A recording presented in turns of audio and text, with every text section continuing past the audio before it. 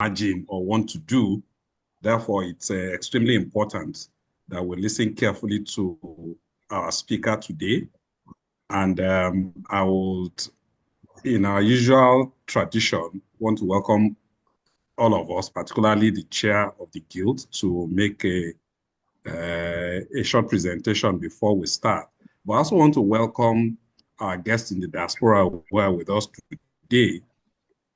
Today we have Dr. Anuche as well as Dr. Ridon, all the way from Monrovia. They've joined us, and I think that's giving us some international flavor to this presentation. We're still expecting, as usual, Professor Grange and the other members from the US and the UK to join us. So I will hand over to you, sir, for your remarks before we start. Over to you, sir. Dr. Mbalaji. Yes, thank you very much, Dr. Eletu, Chief Coordinator of the CMA. Again, it's a pleasure for me to welcome everyone. The presenter, Professor Gracia, aka the moderator, one of us, Dr. Ijoma Diaku Akinwumi, and everyone, including all the special guests that the coordinator have mentioned. Like Dr. Letu said, the topic is a rather somber one because, despite the fact that we know that a lot of children die. I mean, the mortality rate of children under 5 is roughly 1 in 10 of them will die. But usually those deaths come acutely from infectious diseases and all of those things. And generally, when children are grown, beyond that sort of age, then people don't really expect them to die.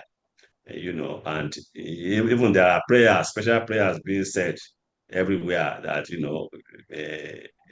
may children not die, may our children not die, and all of those. So it's culturally something. And okay, if the death is acute, fine, but when you now have to go into palliative care and all of those things, it must be a very emotionally stressful period for both the practitioner and the parents themselves. So, I am eager to listen to the speaker today to really see how we can, I mean, the justification for it and how we can better prepare ourselves to navigate that terrain. So I'm eager to listen to you, and I hope everyone else will benefit from this session. We also have in our moderator somebody who looks after children who may end up being chronically ill and who may then be needing palliative care of some sort. So I think we have a great team today to guide us through this presentation. So on that note, I welcome everyone and I wish us a very, very fruitful meeting this afternoon. Thank you. Over to Dr. Letu. Thank you very much, sir. Thank you for setting the ball rolling. So I'll hand over to Ijoma as well as Professor AK for the presentation. Over to you, Ijoma.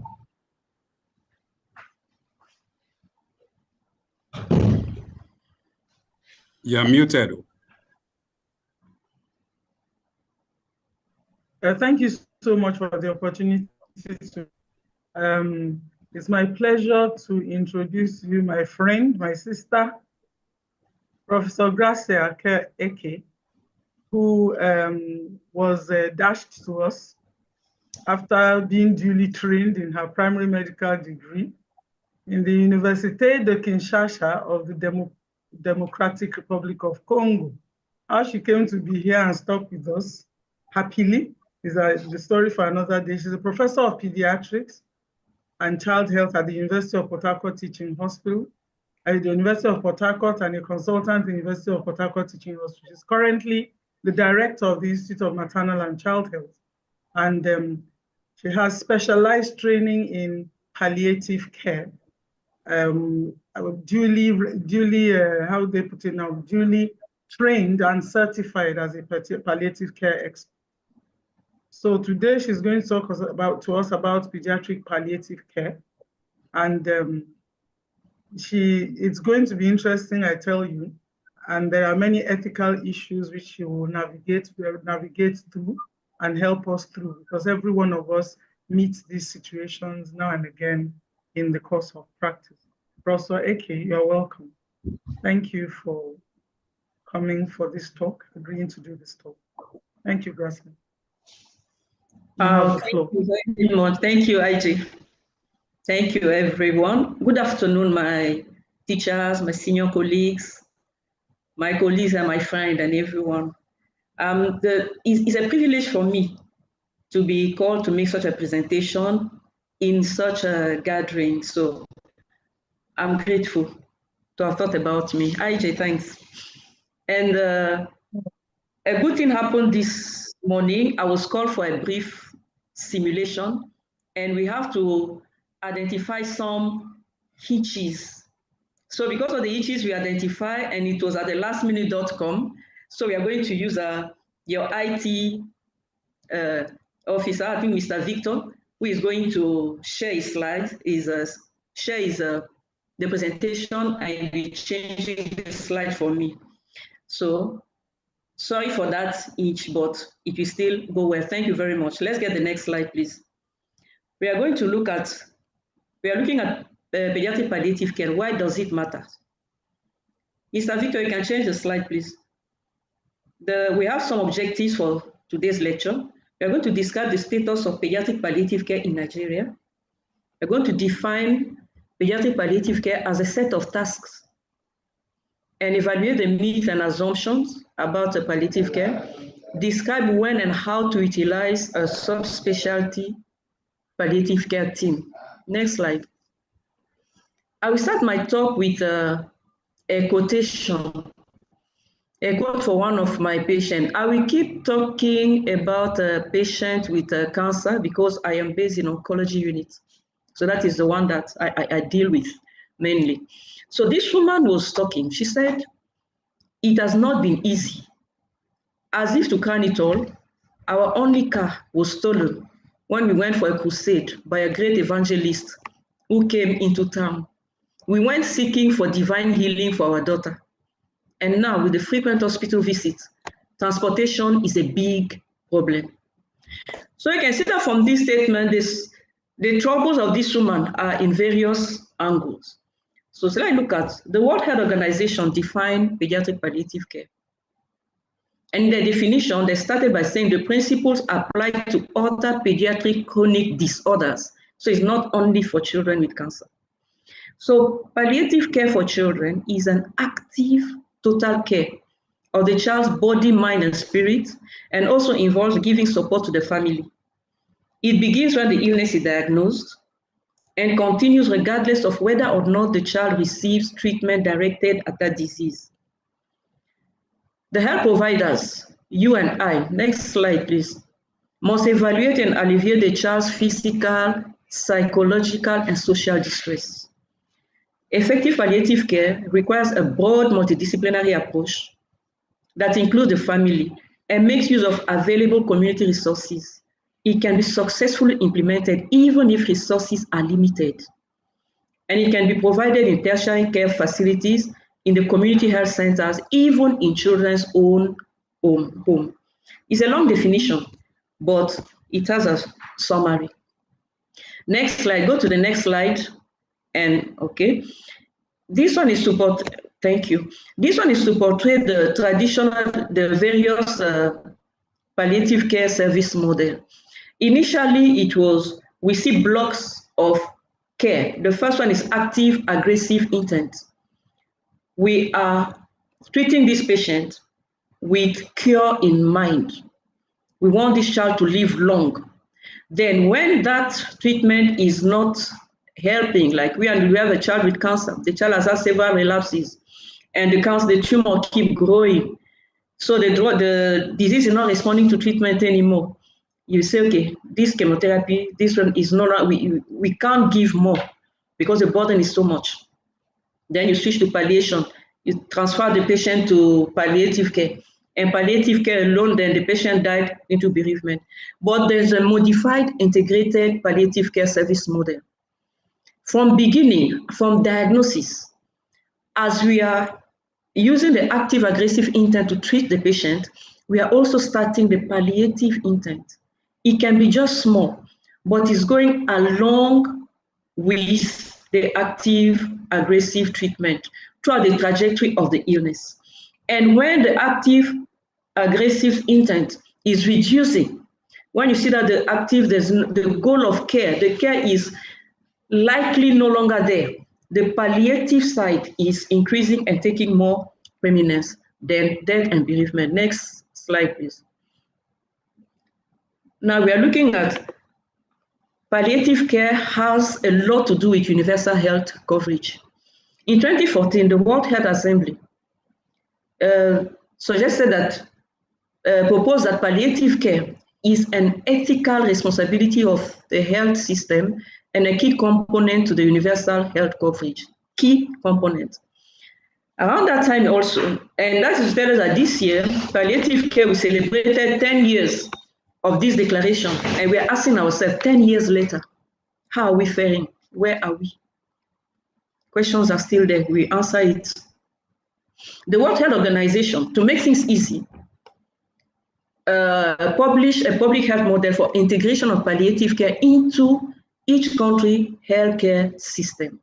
And that has to do with what? Provide policy, each country provide policy to cover the palliative care activities, provide essential drugs that are needed in palliative care, educate the policymaker, the health workers, and the public, like we are doing now, and intervention, provide intervention.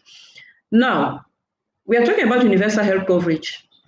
This one, we are trying to achieve it in we have the Sustainable Developmental Goal, the Goal 8. The Goal 3 has to do with health and well-being. But then, Goal 8 has to do with what? Achievement of universal health coverage, which has to do with all people having access to needed health services. What are those needed health services? They include prevention, promotion, treatment, rehabilitation, and palliation. That is why palliative care is one of the essential key of universal health coverage. Next slide, please.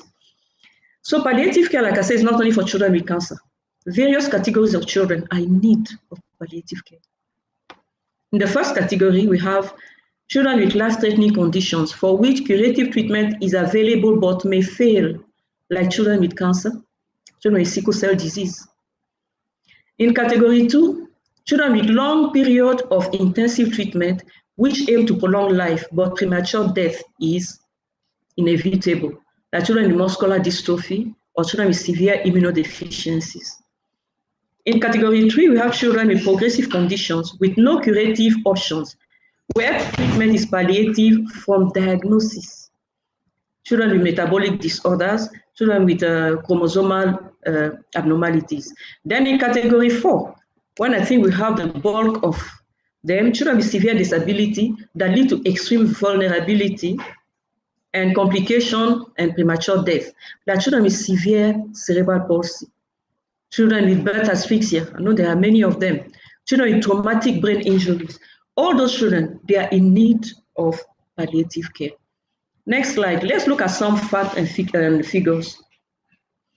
The estimated global total number of children in need of palliative care as of 2017 was almost 4 million, which represented 7% of the total global palliative care need. And the vast majority of these children they live in low and middle income countries, such as Nigeria. And the African region on its own accounts for over half of the need for palliative care among children. Next slide. So illness conditions with the greatest need for palliative care among children, those are the data of places where the palliative care has been well established and they've been running for years. They saw that the greatest need was among children with HIV and AIDS, children with premature birth or birth trauma, congenital abnormality, children with injuries, and cancer was just a little portion. But now palliative care is very much developed around children, around patients with cancer. And often the need for children palliative care is underestimated. These are children who have these various illnesses. They are chronic illnesses, they are life-threatening illnesses, some of them are life-limiting illnesses, and they go through a lot. And their families' experience were compiled. So it's so that these families, they go through stress and anxiety. They have multiple demands. They have high degrees of uncertainty. They have the problem, they need to balance hopes for a good outcome with fears of a bad one. Death is facing the child, so they need to balance all. Then the pressure of the past months to years, because they are chronic illnesses, some can last for years, they can erode resilience. Next slide, please. Let's look at what's happening in Nigeria. We saw what WHO said to integrate palliative care into the health system. Now, the first point was to have a policy. And Nigeria, we have the policy. First, we have it is indicated in the National Strategic Cancer Control Plan for 2023 to 2027. The second goal, goal 2, said that to improve quality, to improve access to quality, cost-effective and equitable diagnosis and treatment services for cancer care. The management of cancer involved use of multimodal approach, which included prevention, promotion, treatment, rehabilitation, and palliative care. Now, there's something important in that policy. They recognize a palliative care component of cancer control need further emphasis in Nigeria because of our peculiarities, because of how our people present, when they present.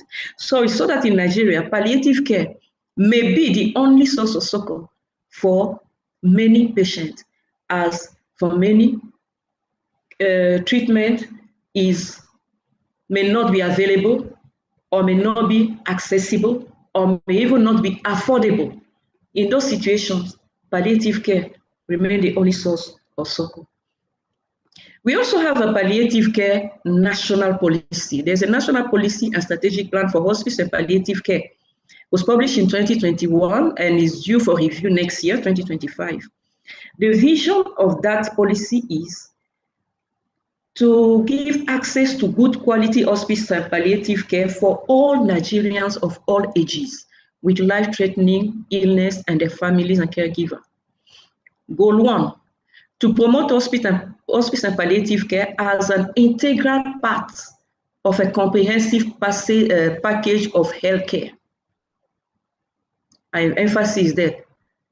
Integral part of a comprehensive package of healthcare and humanitarian response to serious health-related suffering made available to all Nigerians in need. We are happy when we saw in bracket children, adolescents, and adults. When I look at this, the first thing that came to me, humanitarian response. In palliative care, humanitarian response is not only, usually when we say humanitarian aid, humanitarian is when there's big disaster. But now when you have one patient with you, that humanitarian response, that the humanity in you, what made you humane in you should be a response to, in response to severe, serious health-related suffering. It needs to be made available. Next slide. Now, status of children palliative care in Nigeria. Any standalone children palliative care in Nigeria? Yes, you see, well, there's a question. I'm asking a question to everyone. If you know anyone, you can please answer in the chat box. I will be glad to be in contact with them. Because I personally do not know any standalone children palliative care. I tried to find out from those in the field. We don't know anyone. There are few centers presently that render palliative care for pediatric patients. Usually it is a palliative care unit for adults, but children are also seen in those units. In my hospital, those who have the advantages is like when you have, like in my hospital, I'm the pediatrician in that unit. So of course, all my patients will be quick access to palliative care. And those centers are mainly located in tertiary health institutions. The goal is for this palliative care should be in every level of healthcare, But right now, we are mainly located in tertiary health institutions, and few non-governmental organizations are also providing services. Then we'll understand that the province services are grossly insufficient for the need of the Nigerian children. It is a good thing that we have a national association, the Hospice and Palliative Care Association of Nigeria, HPCAN. We meet yearly. And this year, Port Harcourt, we hosted a national conference in July. However, there is no pediatric portfolio within the NCC. By next year, we want to make sure that at least much more health facilities have a palliative care unit. So next slide. Palliative care, in brief, when you think about palliative care, what should come into your mind? One is a philosophy of care. Two, relieve suffering. Relieve suffering. If there's one thing I want us to go away with from this presentation is this: relieve suffering and improve quality of life. Improve quality of life, not only quality of life, but also improve quality of death. Yes, it's possible to offer a patient a good death, even if we don't want to talk about it. But while we're improving the quality of life, we're also improving the quality of death. Now, to relieve suffering, there are tasks that need to be carried out so that the suffering will be released. The first one is suffering requiring communication. Communication, a big task. We need to identify problems and challenges. And how do you identify them is through communication. Understanding the illness. The parent, make the patient, make the family understand the illness, understand what is going on, understand the treatment, understand where we are going, understand the various changes that are going on, understand where things are going down the hill. They need to be carried along. All this communication has a lot to do. Exploring hopes. How do you get your hopes? What are your hopes? What are you hoping for? And the goals of care. Advanced care planning. When the disease is progressing, when we are having more of palliation, more of comfort measures, we need to start planning about advanced care plan and making decisions. When we look at the diagram, we look at it portrays a lot of communication goes on, especially the main one is physician-parent. And we do this often. We talk when we do our ward round, we come to see the patient, we talk with the parent. The parent who is there, be the father, the mother, the caregiver. We overlook the patient. A patient who is 8, 9, 10, we'll be talking to the mother who is there. Madam, Mama, how is your child? How was the night? How did any complaint today? We finish talking with the mother, we turn and leave. What about the patient? And you find out that there's a peculiar set of people, the siblings. And physician and siblings, the arrows are in red because many of us are lacking in that area. An example is that there was a time we have a 9-year-old patient. She has just one sibling, there are two. This is a 9-year-old with an elder sibling of 11. We are treating the child for leukemia and the patient died. Some are 3 months or 4 months later visited the mother. They just live in the same area with me. I said, this address. I saw the mother, I said, where's your daughter?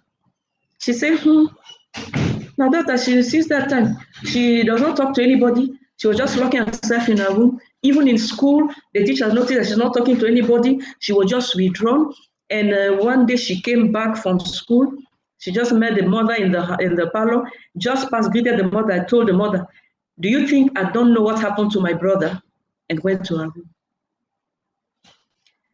And the mother said she was so distraught. She asked so many questions, and she was advised to change the school of the daughter, who was in a day school, and she was sent in a boarding school. That day I came, I was reflecting on that. I said, God of grace, is it the right time to change the school of this girl? When she told the mother, you think I don't know what happened to my brother? That means nobody bothered to talk to this girl. So this communication between physician and siblings is important. You will say, but how do we see? When do we see them? We have a way. We have to find out. By the time you encourage the parent, let the sibling come and visit. And when they are there, you can interact with them. Or when they are there, that is where palliative care comes in. Let's look at another set of tasks. Suffering that require care coordination to be relieved. There's a lot of care coordination to be done. Collaborating with other providers and specialists. When another specialist is called in, and then you can help the patient navigate, make things easy. If there is a transfer, arrange for the transfer. Help them. In which way can you assist them? Facilitating logistics of medical and social need, partnering with community programs, identifying community resources, wherever they are. Is there any NGOs around them? Is there anybody that can assist them when they're at home? Because the burden is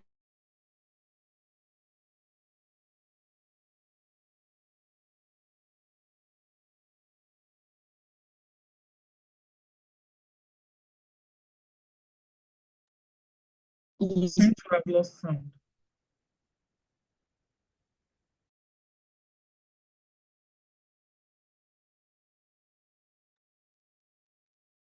Gracia, we've lost sound. Can you hear me? Am I the only one?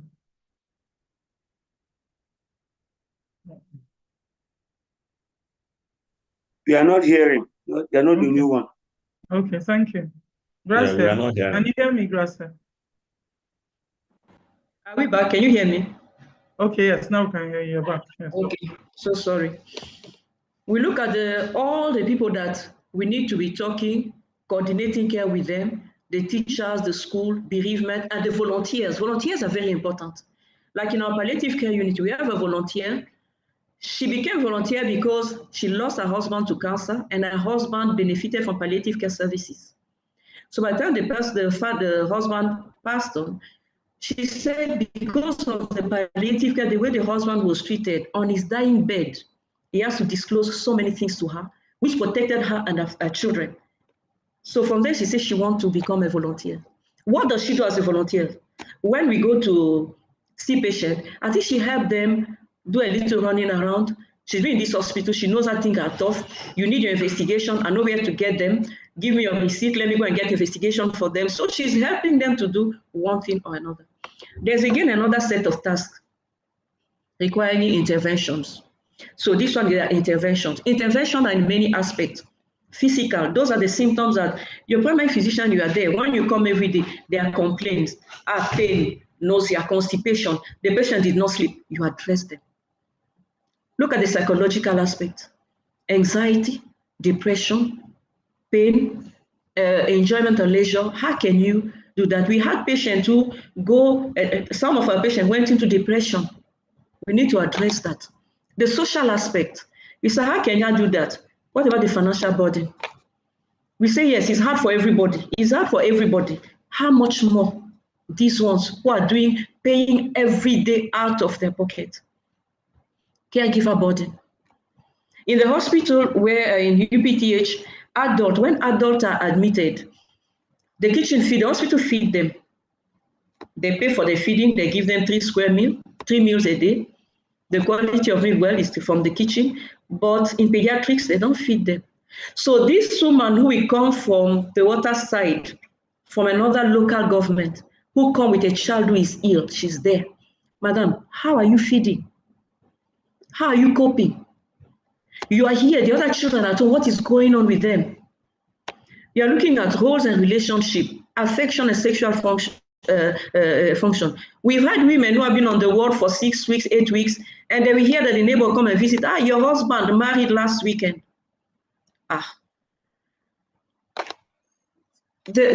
You are we're adding to the challenges of these women. So those are things we need to address. What about the spiritual aspect? They need to be addressed also. We need to take the spiritual history, the hope. Are you part of a religious community? How are you coping? Is your religious community, your religious belief helping you? Does it give you some coping mechanisms that are helping you to navigate through this journey that you are going through? So there are a lot of tasks. Let's look at the next slide. Who provide the pediatric palliative care services? You have core services that are provided by the physicians like you and I. The nurses, they are very good. They coordinate a lot of palliative care units, and the psychosocial clinicians. Here we have the social workers who are doing great job. Key addition, the chaplaincy. Well, there are very few palliative care units in the country who have a chaplain with them.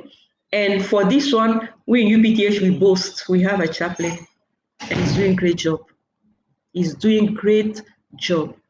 You know, sometimes we see the patient, palliative care require a lot of communication, stay with the patient, make them understand the illness. We don't have that time.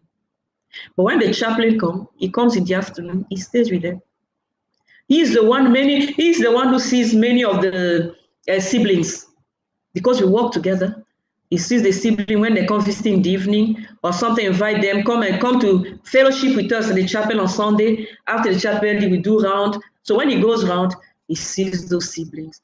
Expressive therapists, they are good. In the developed world, they are there. Music therapy, art therapy, child life specialists, all this aromatherapy, they are there, but we do not have them. They are needed. So what do? We make do with what we have. Like I learned to know that, like in Lutz, I think they did music. They told me they did music therapy. I say, well, I tap into that. Christmas is coming. You can offer a patient music therapy. Anyone, we must relieve this suffering by all means. Bereavement coordinators. Like I told you, in bereavement aspect, we still have a long way to go. We have a lot to learn. We are still learning. But we need to strengthen so many things. Collaborating services, there are pain clinic, alternative therapies. Yes, alternative therapies are also used in palliative care. We have acupunctures, we have yoga, we have acupressure, but everything that you do for a patient should be culturally accepted. Culturally, look at the culture. In our culture, do we use acupuncture?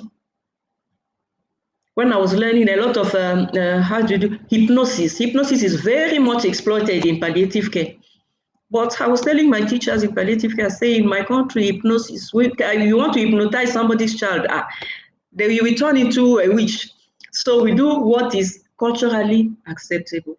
Psychiatric and psychologists, there's a lot of depression among the patient, and hospice services, which I think there are just few individual or private hospices, and but it's also collaborative service. It helps in palliative care.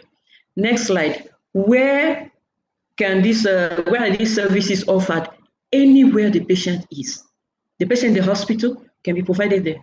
In the clinic, it can be provided. On outpatient, it can be provided. In the community, in the home, it can be provided, wherever the family and patient are. So every pediatric palliative care can be provided at the primary health care, at the secondary health care, at the tertiary health facilities. But why are they, now I will not say we, why are they, those physicians, why are we not providing palliative care? At least the basic palliative care services that every physician should be able to offer. Many will say palliative care is synonymous with hospice, means giving up hope. That's not true. Sometimes when you tell the patient, I want to call palliative, they say, please don't call palliative for my patient, or those people who come with bad news. So it's not palliative care, is not giving up hope, is adding a layer of support to that journey that family is passing through. Another thing, children must be terminally ill or at the end of life. We see that was the initial way of thinking about palliative care. But now we bring it from beginning. In my unit, it's mandatory. Once you make a diagnosis of cancer, we start with palliative care. We invite them from beginning. When they come from beginning, they have the time to create relationship, to know the family. When the chips are still good, we know ourselves and we journey together. The child must abandon all disease-directed treatment. No. Must abandon the primary treatment team. No, many physicians are reluctant to refer patients to palliative care because they think that the patient will become palliative care patient. No, you are still the primary physician of that patient. Primary care is an adjunct to your treatment. It's not only for children with cancer. You don't need to change location. It means that the child will die sooner or the child will lose hope if palliative care is introduced. No. how that we help this child to regain hope. And many physicians are afraid of administering opioid to cause respiratory depression and quicken death. When opioid is properly administered, it does not cause respiratory depression. Now, next slide, changing attitude. This is what we are going to go home with. We are going to change attitude. Early integration of palliative care. When it is integrated diagnosis, it provides focus of disease and suffering at all stages. It provides necessary support to help the family cope and prevent perception of transition in care or abandonment. Or is when the chips are down that you're sending me away. No, it prevent that. Next slide. When subspecialty is integrated with the primary team, it keeps the primary physician still the leader of the team. And the disease-modifying and palliative care strategies, they can work together and be synergistic. There'll be better symptom control, there'll be better psychosocial support. Next slide.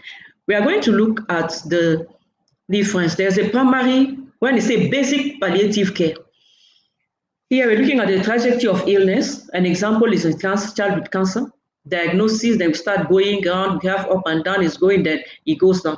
So the one above, the treatment, the period above the blue line can be offered by the primary team physician. Basic palliative care services can attend to that. And when the symptoms become more severe, the subspecialty palliative care can be involved. Next slide, please.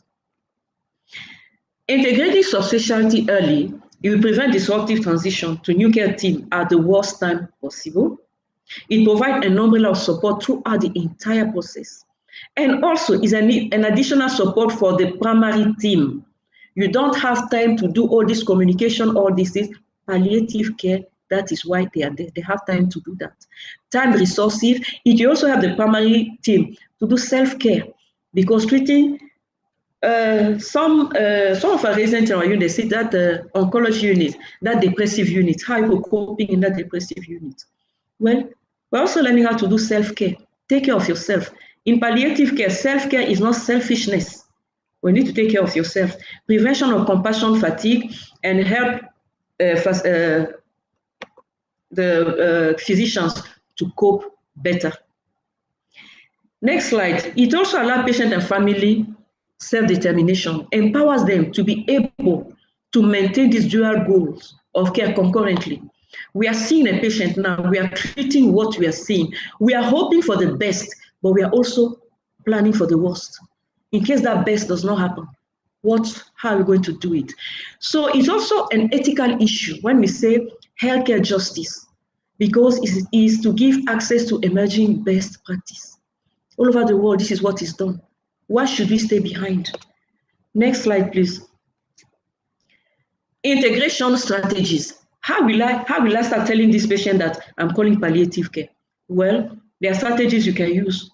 Prioritize symptom management and find the symptom to invite the palliative care team to review or manage with you. I'm at the next slide, sir.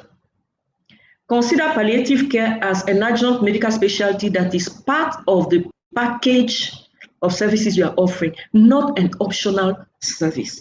When we are on the ward, you are seeing a patient. The patient is being treated for whatever illness the patient came. But let me just an example, you notice that a patient has not made urine, you do an ENU, creatinine, renal functions are deranged. Will you ask the mother, can I call the renal unit to review? You will tell them that I've seen this one and I'm going to invite the renal unit to review. You are not giving them the option, do you want? Is it optional? Palliative care is not optional. You've seen they have this, invite the palliative care, look for how to introduce it to them and introduce it nicely so that they'll be able to accept the team when the team is coming to see them. We're also looking at integration strategy. Think about appropriate time point. This is a child looking at the graph. The child is well, then point A, the child has a crisis. At point A, a diagnosis is made. Bad news is disclosed. This child, they are overwhelmed at diagnosis. Is an opportunity to invite the palliative care. The child may regain, may do well. However, at point B, the child, there are some loss, there's some losses already of the the health of the child, and there's already a new routine setting in. The child has not fully recovered. A lot of things are changing, a lot of hospital admission, a lot of finances going through this time. So many routines are already changing. The siblings are getting distressed. Then there can be crisis. The child will go bad. Point C, there's a major crisis. A relapse or a recurrence is also an opportunity to invite the palliative care. The child can pick up again and start going down again at point D. At that point, there is a reducing quality of life. We need to talk. There may be conflict, communication challenges, the opportunities. In point E, when the child is entering end of life stages, the care of the imminently dying child, we need to talk. We need to start inviting the palliative care at that point. But at the next slide, we see that luckily the child can also bounce back, because now we can also have survivors. Like in cancer care, we have survivors. Even at that point F, you can still invite the palliative care to maximize recovery and optimizing function, monitoring and managing late side effects. So we have a lot of opportunity along the line, all throughout the trajectory of the illness, to involve the palliative care unit. Next slide. Well, this was a compilation of tasks that were offered by palliative care units. So 58% were on symptom management. And then you said cognitive impairment first, because in those are developed data from developed countries, where palliative care, the large majority of children in palliative care are children with neurological impairment. So pain was there, and seizures. They had to manage pain, seizures, and dyspnea. And other tasks were 42%. Communication topped the list. So communication is a big issue in palliative care. Next slide. Now we are looking at the language of palliative care. When you are in every sector, there's a particular language. They've told that if you want to know is Christian, you just find out, praise the Lord, hallelujah must come as somewhere. You know that is their language. So palliative care also has its language of pediatric palliative care. One, interdisciplinary. Interdisciplinary, the team, they come together. Ideally, is the interdisciplinary versus multidisciplinary. Multidisciplinary in many specialties. Each specialty, we see the patient, we can coordinate care together. But interdisciplinary is better, because you have in one city, all the specialties are there, and the patient is also there, and we are discussing the way forward. Family is core to decisions. It can be easier for us because it's children, you say the family must be there. Family being biological, adoptive, fosters, as long as a family, they are core to the decision. Then you weigh the benefits and burdens. What the care they are doing, that's why we talk about the goal of care. What the treatment that you are giving, is it beneficial? Is it adding something to the child, or is giving more burdens to that child? In children, we also talk about the age. Every intervention should be according to the developmental age of the child, because we have the age range is for prenatal to the young adult. It's not like adult is one size fits all. But in children, the way you address a 15-year-old is not the way you address a 9-year-old, is not the way you address a 3-year-old. Everything should be tailored to the developmental age of the patient. Goals of care have to be assessed regularly as they change frequently. Like we've seen the child, even when you are lost hope, the child can still bounce back and regain his health. Then transition to focus on quality and comfort. When palliative care, the goals of care is no longer cure. The chances of cure are very slim. We have to find out, can we focus more on quality and comfort? That is why we're improving the quality of care of the patient. What are the things, if you're focusing on quality of care, all those heavy interventions, are they still necessary?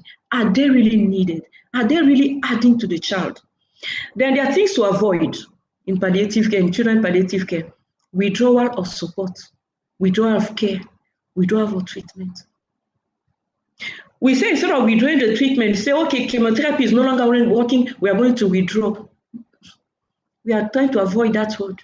Instead of withdrawing, okay, we are going to make a transition to comfort and quality, because the care is never withdrawn.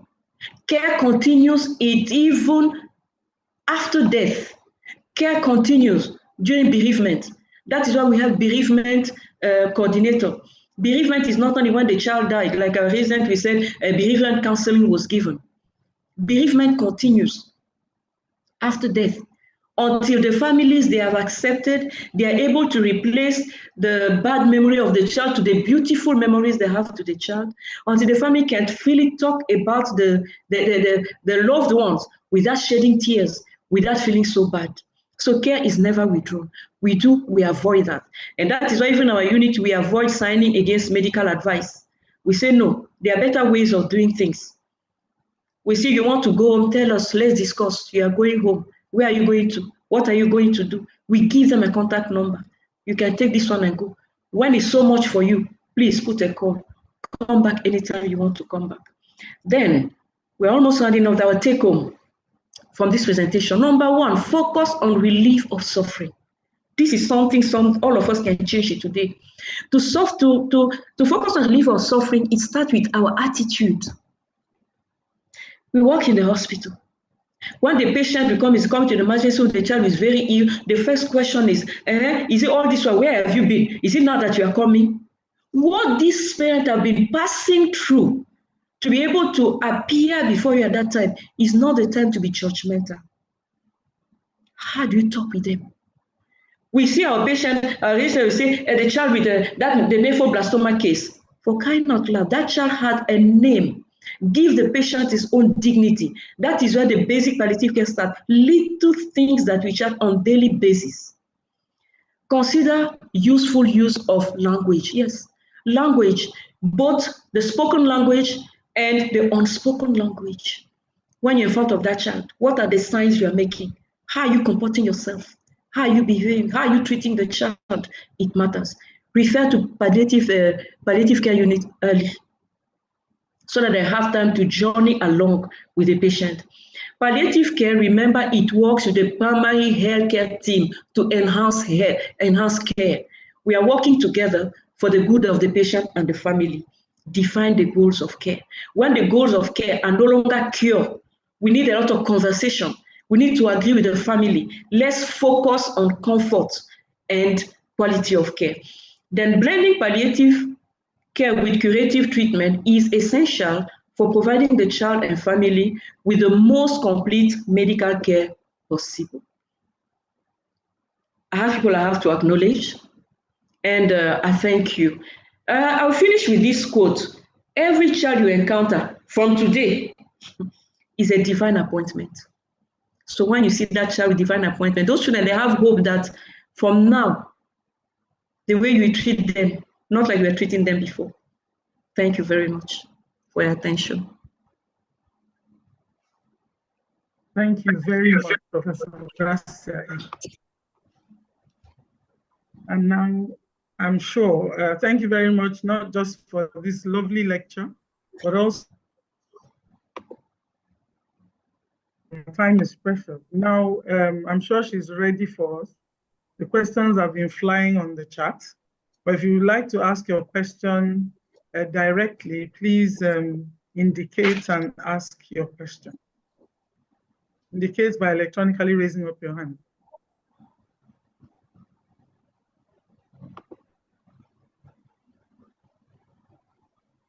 I do not see any hands up, so I'm going to go to the chat.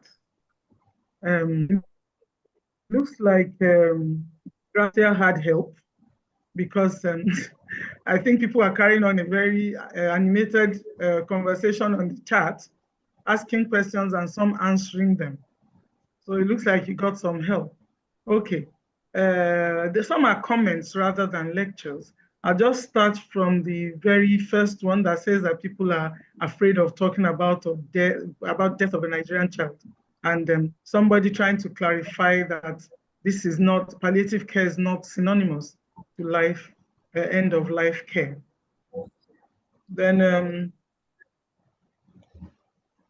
what do we do about children who are, what does palliative care team do about children who are in hospital for a long time and they miss school?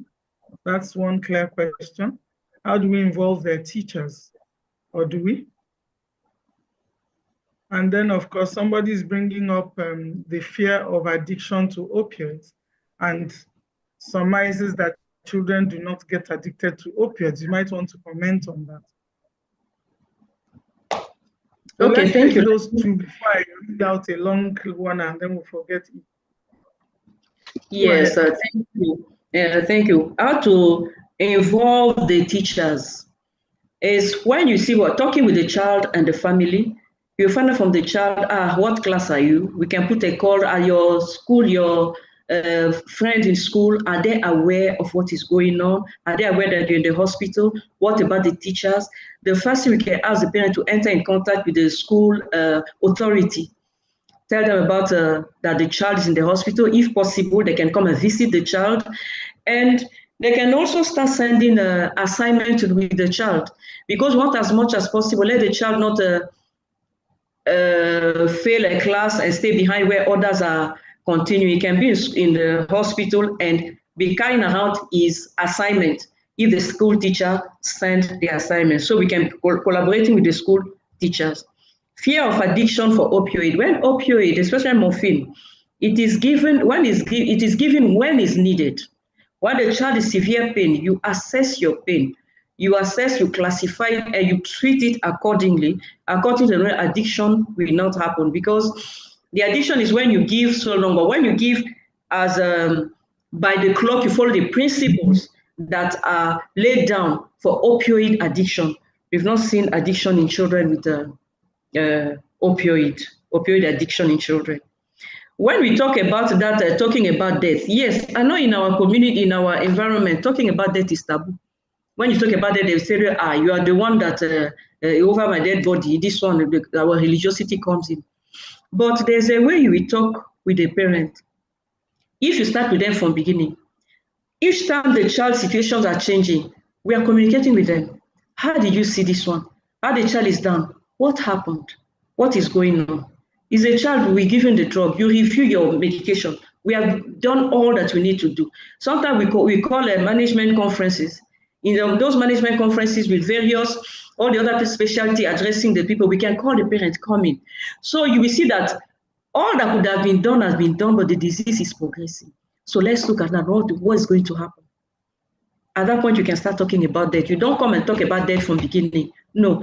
And it is easier when we start talking about how the child is getting, we are losing the child gradually. Yes, we are losing the child gradually. It will be easy to be spoken of when we started, when the child was still not this very ill. That is why you introduce them is early. I think there are 2 hands up. Okay, yes.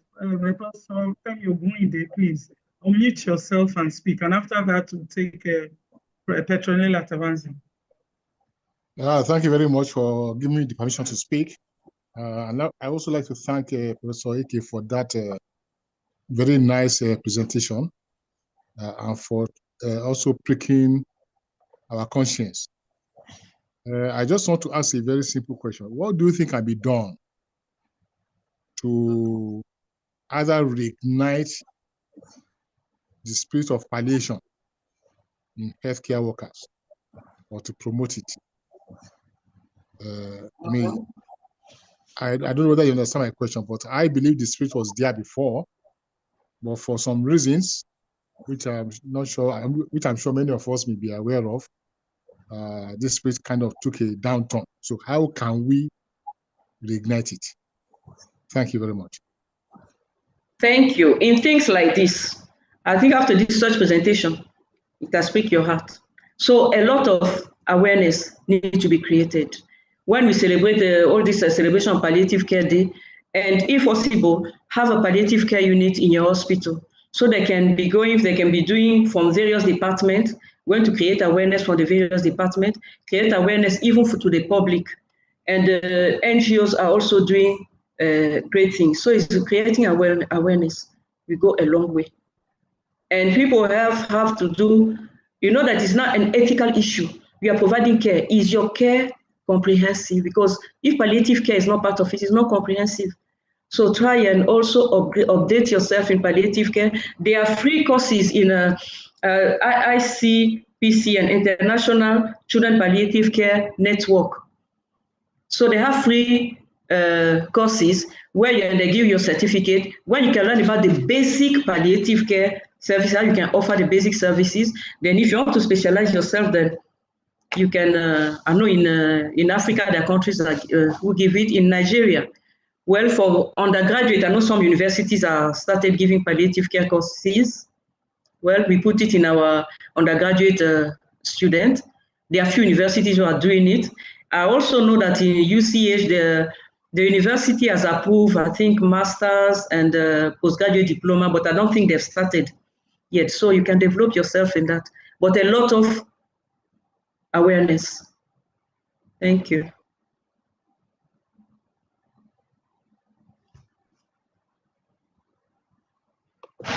I think there's another question. Maybe Petronella, you can, Dr. Tabansi. Thank you very much for allowing me to speak. I want to thank Professor Gracia Eke.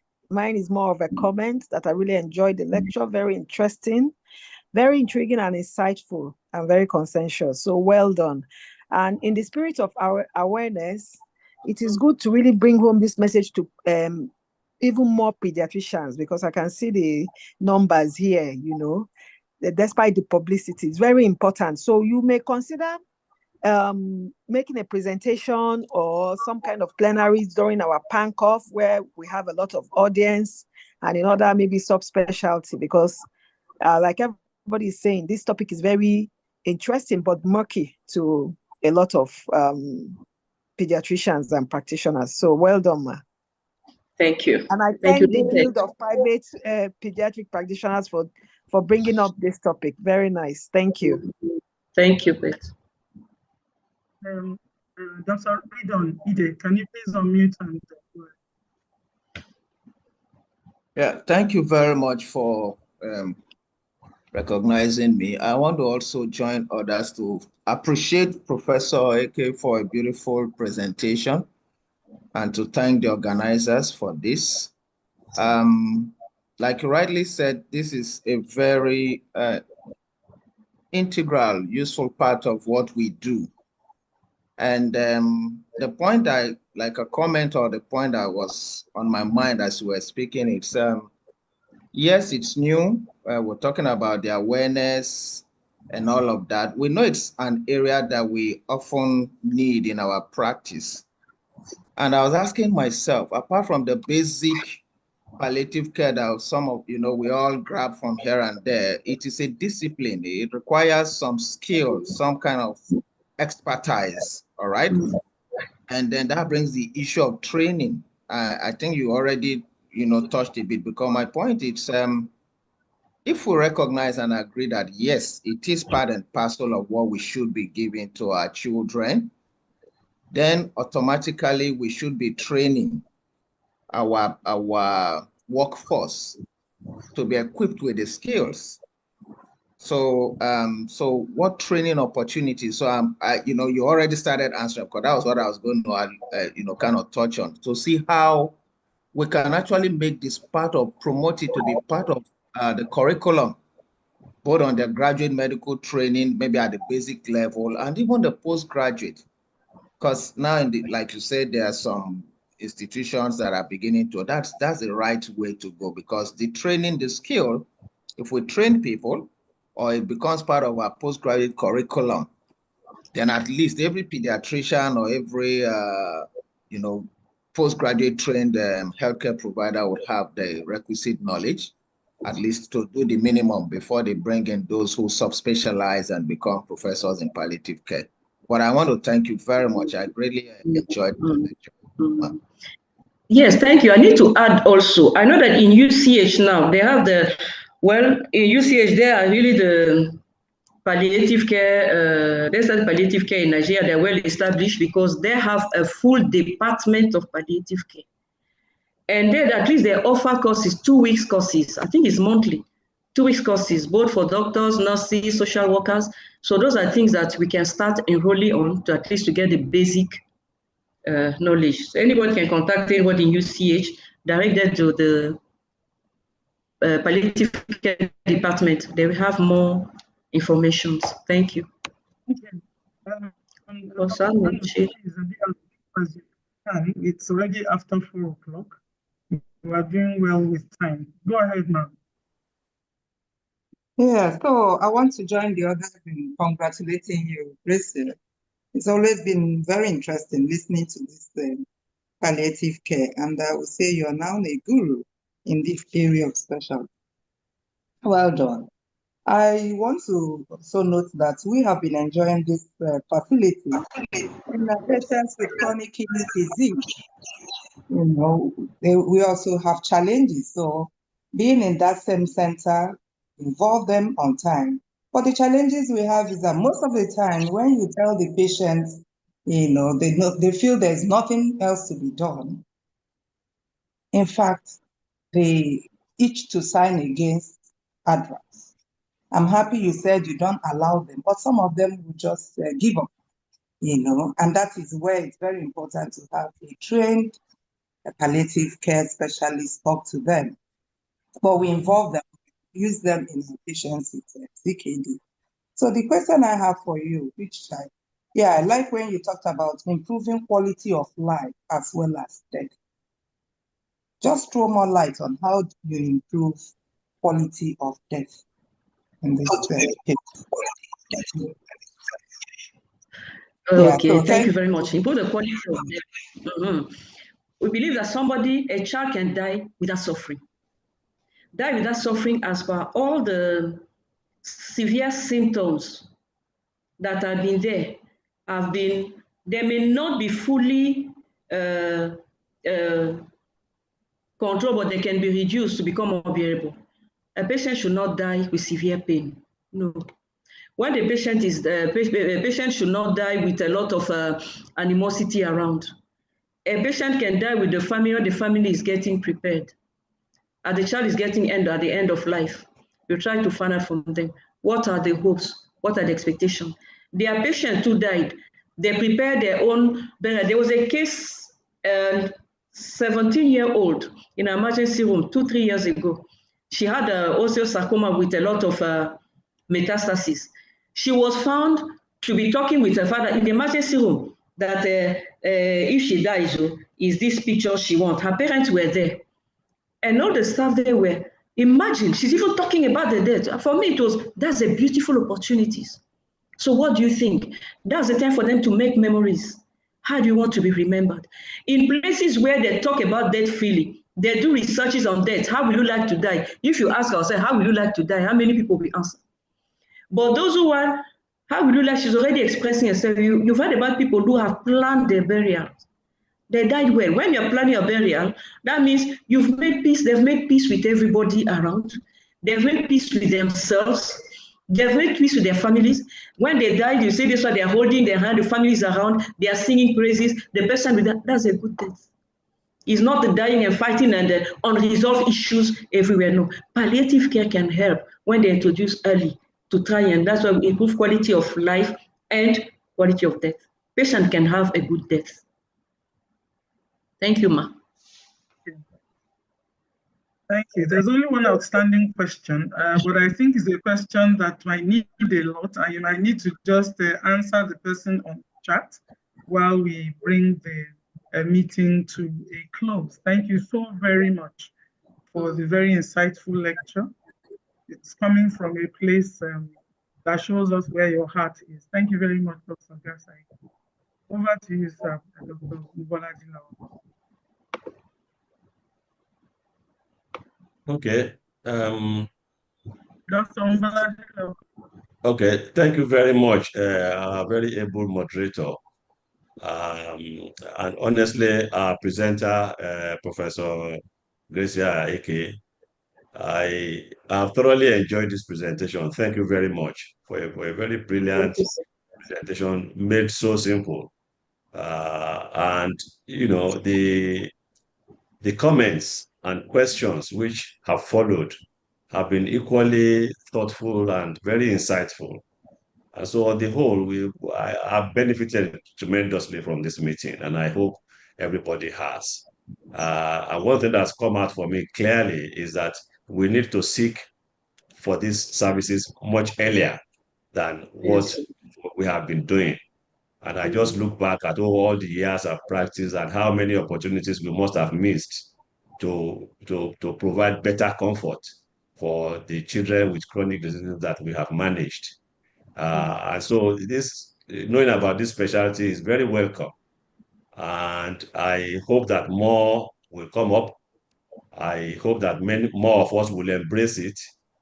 And I would join with the speaker, I think it's Professor Tabansi, who suggested that you should make an effort. We all should make an effort to, create more awareness about this specialty and these services, perhaps to consider bigger avenues like PANCOF and so on to propagate this so that more pediatricians can benefit for it.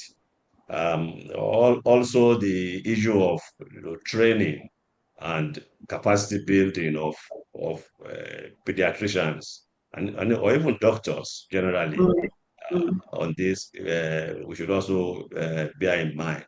So on the whole, it's been a very well spent afternoon, and I want to thank everyone um, for coming and for sharing their thoughts. Dr. Elitu was supposed to speak before me, but they have It's asked me okay, to sir. speak. So I don't know if you want to add anything. So I'll hand over to you. So thank you all very much. Yeah. Thank you, sir. Okay. Thank you. Thank you very much. Ijema, don't worry, you are covered. I'm truly sorry. No, it's fine. I mean, that's fine. So I just also want to thank Dr. Professor Eke for creating time and sharing your thoughts with us. Like the chair said, it's very, very important that we start this early.